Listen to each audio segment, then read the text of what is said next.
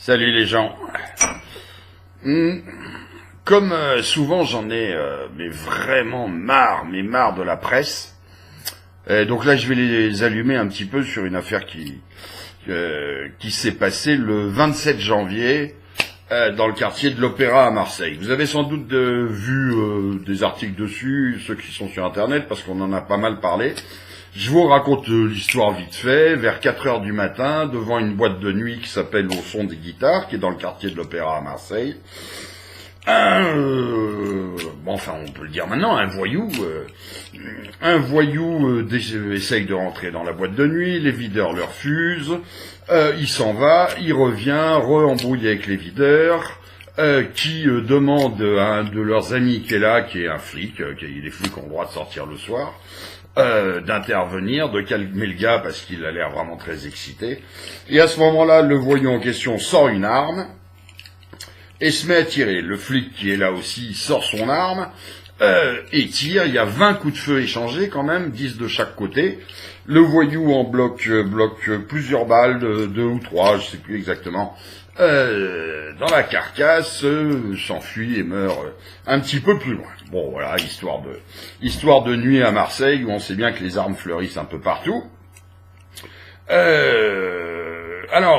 Les personnages, on a d'un côté ce voyou, qui s'appelle Mohamed Bekri, qui a déjà un lourd casier judiciaire pour des histoires de stupéfiants, de vol avec violence et tout. De l'autre côté, on a un flic, dont la presse, je vous en reparlerai, c'est évidemment fait un grand plaisir de balancer le nom et tout ça. Moi, je l'appellerai juste par son prénom, Claude, ancien policier de la BAC Nord à Marseille. Non, pas de la BAC Nord, de la BAC Centre, je crois. Bon, pardon si je me trompe sur sa carrière, je crois qu'il était plutôt à la BAC Centre. Enfin bref, à Marseille, quand même décoré de l'Ordre national du mérite, dont, pour ceux qui ne le savent pas, à qui j'apprends, pour ceux qui ne le savent pas, que c'est la 2e décoration dans l'ordre des décorations françaises, juste après la Légion d'honneur. Donc l'Ordre national du mérite, à un flic, quand on lui donne, c'est qu'il a bien bougé quand même, hein. C'est pas qu'il a tapé des rapports toute sa carrière derrière son clavier. Gros passé de flic à la BAC. Flic un peu à l'ancienne, hein, plutôt Belmondo donneur de gifles que fonctionnaire de police en costume, jeune commissaire, derrière son burlingue. Voilà un peu les personnages. Cette affaire va donner lieu dès le lendemain à une espèce de lynchage médiatique. Lynchage médiatique, évidemment, pas contre le voyou, dont on ne va même pas donner le nom au début. Hein. Au début, on ne sait pas comment il s'appelle. Par contre, le flic, là, on balance son nom complet, son surnom connu, sa carrière, le commissariat où il travaille. D'accord ? Mais on le livre en pâture, éventuellement aux amis de la racaille qu'il a tué, etc. Et d'ailleurs, je vais vous le montrer tout de suite.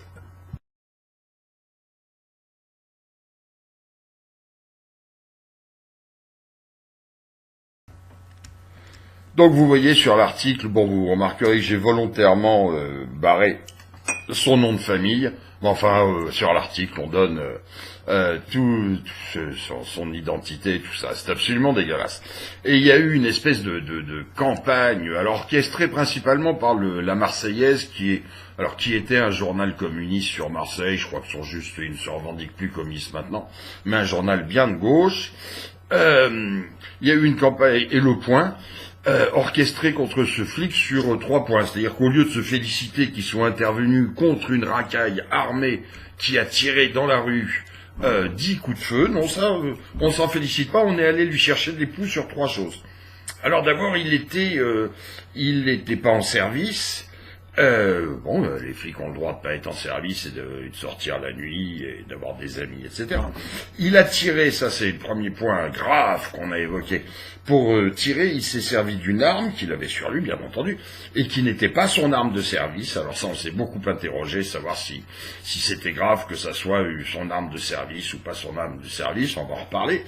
Et le troisième point, évidemment, on l'a immédiatement accusé, en fait, de faire ce qu'on appelle de la tricoche, C'est-à-dire, la tricoche, c'est quand des policiers mettent leurs avantages de policiers, soit que ce soit leurs accès à des dossiers, à des fichiers, soit que ce soit leur arme de service, au service de sociétés privées.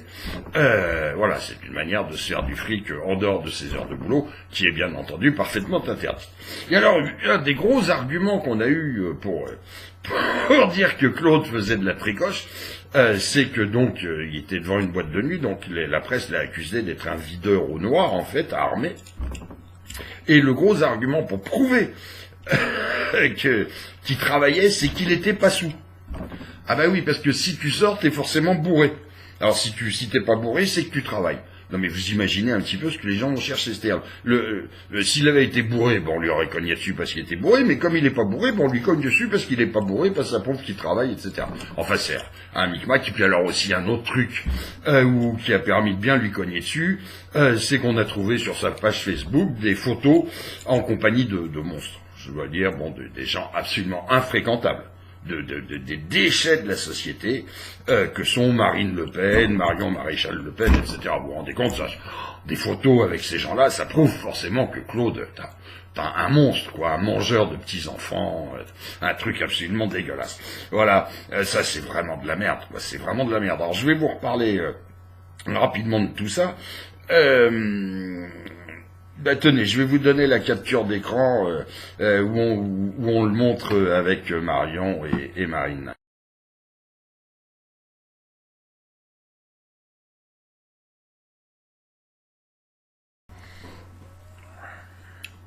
Alors oui, pour revenir aux accusations quand même dégueulasses sur le fait d'être armé avec une arme qui n'est pas une arme de service.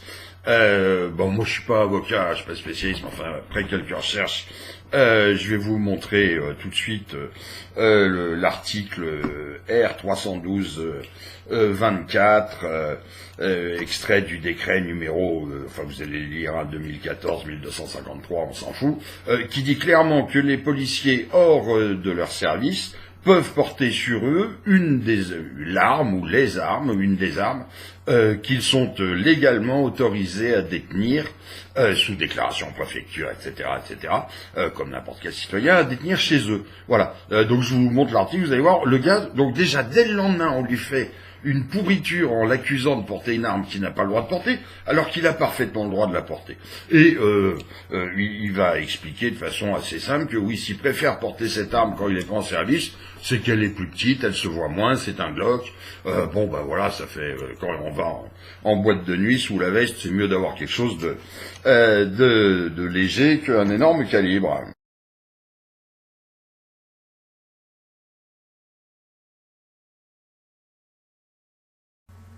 Alors, autre saloperie qu'on va faire à Claude, merci la presse encore, merci les journalistes, ça va être de faire allusion immédiatement à dans les articles qui suivent l'événement, tout de suite, de faire allusion à ses ennuis avec sa hiérarchie.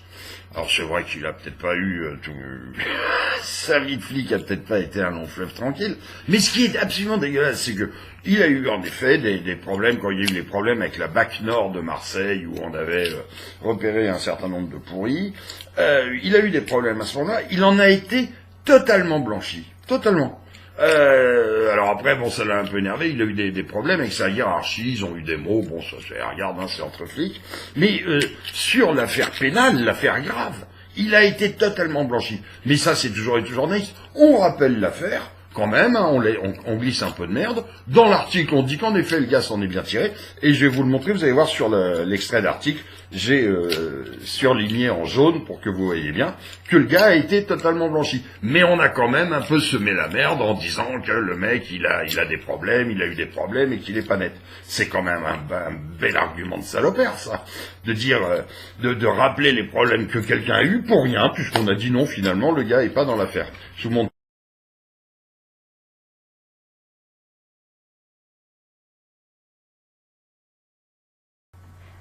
Bon, voilà les gens, Je vous ai dit un peu ce qu'il y avait à dire sur pas cette affaire, parce que c'est à la justice de trancher. D'ailleurs, on va quasiment certainement vers un non-lieu pour légitime défense. Mais Claude va peut-être avoir quand même des problèmes avec sa hiérarchie. Mais en tout cas, au niveau pénal, l'histoire est claire. Puis j'ai pas parlé de ça. Ce qui est intéressant, c'est de voir le traitement de la presse et toutes les saloperies qu'ils ont dites et qu'ils ont faites. Et j'allume particulièrement la Marseillaise, et le Point. Voilà. Voilà. Vous avez vu dans l'affaire Théo, on a vu les vidéos de l'arrestation. Elles sont sorties il y a une quinzaine de jours. On s'étonne qu'elles aient mis un an à sortir quand même. Enfin, les vidéos sont claires. Le mec, voilà, personne l'a sodomisé. Il s'est pas fait enculer avec la matraque. Cependant, le lendemain de l'affaire, à peine on commençait à en parler, tous les journalistes étaient spécialistes en troudicologie. Ils connaissaient tous sur la sodomie avec un tonfa. Il y a même eu une saloperie d'anciens CAS, Laurent Coinca, qui a fait une vidéo, qui a fait un buzz, il a dû faire 150 000 vues, pour expliquer que lui, il était moniteur de tonfa, et qu'il était impossible que Théo n'ait pas été sodomisé avec le tonfa, qu'il n'y avait aucun coup avec le tonfa qui pouvait faire cette blessure. Voilà, c'est quand même chouette de la part d'un ancien CAS d'aller allumer les collègues en disant des conneries, puisque la vidéo montre clairement maintenant que le mec, il a pris des coups, mais qu'il n'y a eu aucune sodomie ni quoi que ce soit. Voilà, tout ça est dégueulasse. Au lieu de remercier Claude et de le féliciter, de dire il a été un bon flic, parce qu'il faut pas oublier qu'un flic c'est comme un curé ou un médecin, ils le sont 24 heures sur 24. Hein, quand le flic est pas en service, il reste flic dans la société et il faut s'en féliciter. Moi, je regrette qu'il n'y ait pas eu 2-3 flics amateurs de hard rock au Bataclan le fameux soir avec leurs armes. Ils auraient peut-être pu faire quelque chose. On a besoin que les flics soient armés en permanence et c'est très bien. Et c'est encore mieux quand ils osent intervenir comme l'a fait Claude, parce que moi je serais flic après cette histoire, je vois une embrouille avec des mecs qui calibrent, même si j'ai le mien sur moi, planqué derrière une voiture et démerdez-vous, je veux surtout pas d'emmerdement, hein, parce que finalement c'est ça, le mec il intervient, il fait son boulot et il est emmerdé. Voilà, on marche sur la tête, on vit dans un monde de merde. Pour les youtubeurs, si vous voulez vous abonner à la chaîne, vous cliquez, vous cliquez ici, ça vous abonne, et vous oubliez pas aussi de cliquer sur la petite cloche pour être prévenu des vidéos. Sinon, le fait de vous abonner, vous n'êtes pas prévenu. Salut les gens.